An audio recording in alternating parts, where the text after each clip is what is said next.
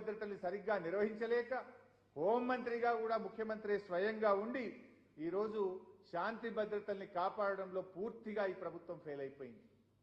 శాంతి భద్రతల వైఫల్యం వల్ల కూడా ఈరోజు రాష్ట్రంలో పెట్టుబడులు పెట్టడానికి అనేక మంది ముందుకు రాక వెనక్కి వెళ్ళిపోతున్నటువంటి పరిస్థితి ఉంది. ఇకపోతే 6 గ్యారంటీల విషయంలో మనందరికీ తెలుసు. 10 ఏళ్ల కేసీఆర్ గారి పాలన చూశాం. ఎన్నికల ముందు హామీ ఇచ్చిన కేసీఆర్ గారు అనేక పథకాలు అమలు చేశారు. హామీ ఇవ్వకుండా అనేక పథకాలు అమలు చేశారు. ఎన్నికల్లో చెప్పని రైతు బంధును తెచ్చింది కేసీఆర్. ఎన్నికల్లో చెప్పకపోయినా కేసీఆర్ కిట్టును తెచ్చారు.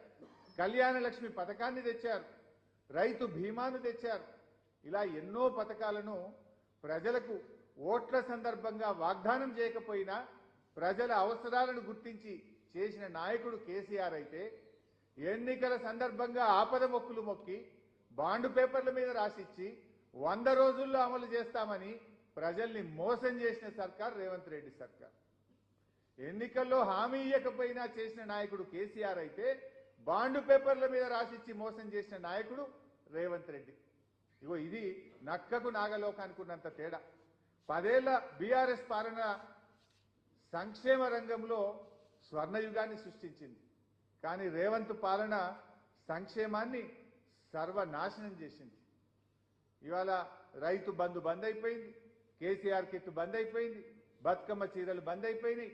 అంటే సంక్షేమం అనేది సన్నగిల్లుతున్నటువంటి పరిస్థితి. 6 గ్యారెంటీల్లో మొదటి హామీ మహాలక్ష్మి. ఏం చెప్పిండ్రు? మా ప్రభుత్వం వచ్చిన 100 రోజుల్లోనే ఈ రాష్ట్రంలో ఉన్న 1,62,00,000 మంది అక్కా చెల్లెళ్లకు నెల 2,500 రూపాయలు ఇస్తామని ఆ రోజు అక్క చెల్లెలను కాళ్ళేళ్లు పట్టుకొని నమ్మించి ఓట్లేసుకున్నారు. మరి 100 రోజులు కాదు కదా, నీ పాలనకు 365 రోజులైనా మహాలక్ష్మి అమలు కాలేదు. కనీసం ఎప్పటి నుంచి ఇస్తారో కూడా చెప్పలేనటువంటి పరిస్థితి. ఇక ఇందిరమ్మ పథకం కింద సంవత్సరానికి 4,50,000 ఇల్లు కట్టామన్నారు. మరి సంవత్సరం గడిచింది, ఈ రాష్ట్రంలో ఒక్క ఇల్లన్న కట్టారా అని నేను అడుగుతున్నా. కూల్చిన ఇల్లే తప్ప ఏడాది పాలనలో కట్టిన ఒక్క ఇల్లు కూడా లేదు. హైడ్రా పేరిట, మూసి పేరిట పేదల బతుకులు కూల్చినావు, పేదల ఇండ్లు కూల్చినావు తప్ప నీ ఏడాది పాలనలో ఒక్క ఇల్లు కూడా రేవంత్ రెడ్డి గారి ప్రభుత్వం కట్టలేకపోయింది. ఇక విద్యా భరోసా కార్డు అన్నారు. విద్యా భరోసా కార్డు కూడా రైతు భరోసాకు పట్టిన గతే పట్టింది. విద్యా భరోసా కింద ప్రతి విద్యార్థికి 5 లక్షల రూపాయలు ఇస్తామన్నారు. 5 లక్షలు కాదు కదా, 5 పైసలు కూడా ఇవ్వని ప్రభుత్వం రేవంత్ రెడ్డి ప్రభుత్వం. విద్యా భరోసా పోయింది, కానీ వస్తున్న ఫీజు రియంబర్స్మెంట్ను కూడా ఆగం చేసింది. కరోనా లాంటి కష్టకాలంలో కూడా ప్రతి సంవత్సరం కేసీఆర్ గారు 2,500 కోట్ల రూపాయల ఫీజు రియంబర్స్మెంట్ ఇస్తే, రేవంత్ రెడ్డి గారి ఏడాది పాలనలో ఒక్క నయా పైసా కూడా ఫీజు రియంబర్స్మెంట్కు ఇవ్వకుండా ఇవాళ విద్యార్థుల ఉసురు పోసుకుంటున్నాడు రేవంత్ రెడ్డి గారు. ఇకపోతే కేసీఆర్ కంటే మిన్నగా నేను పింఛన్లు ఇస్తా, ఇందిరమ్మ రాజ్యం వస్తుంది, డిసెంబర్లో 4,000 పింఛన్ ఇస్తా అన్నాడు. మరి ఏమైపోయింది 4,000? ఏమైపోయింది ఆసరా పెన్షన్? 4,000 పింఛన్ అయితే రాలేదు, కానీ కేసీఆర్ గారు ఇస్తున్న ఆ 2,000 పింఛన్ కూడా 2 నెలలు కోత పెట్టిండు రేవంత్ రెడ్డి.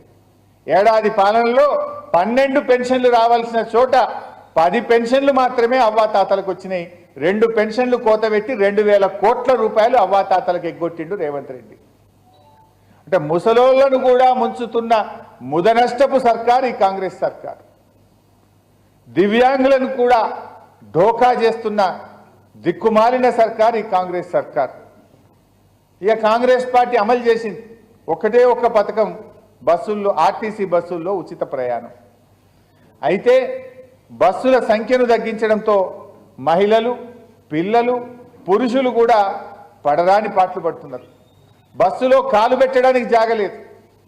పథకం తెచ్చారు, బాగుంది. బస్సుల సంఖ్య పెంచుతారా, దించుతారా? సంఖ్య పెంచలేదు కదా, బస్సుల సంఖ్యను దించింది. ఆర్టీసీ బస్సు, ఆర్డినరీ బస్సులను సూపర్ లగ్జరీ డిలక్స్ బస్సులుగా అప్గ్రేడ్ చేసి ఉచిత ప్రయాణానికి ఎగ్గొట్టే ప్రయత్నం చేస్తున్నారు. ఇక ఇప్పుడు ఏమైపోయింది?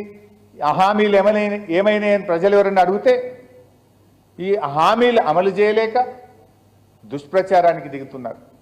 నేను శాసనసభలో చెప్పాను, బడ్జెట్ సమావేశాల్లో మీరు 7 లక్షల కోట్ల అప్పు అని చేస్తున్న గోబల్స్ ప్రచారం తప్పు. 10 ఏళ్ల బీఆర్ఎస్ పాలనలో కరోనాతో సహా అదేవిధంగా విద్యుత్తు అప్పులు కేంద్రం బలవంతంగా మన మీద రుద్దిన అప్పులతో సహా 4,26,000 కోట్లు మాత్రమే అని చెప్పాం. ఇది నేను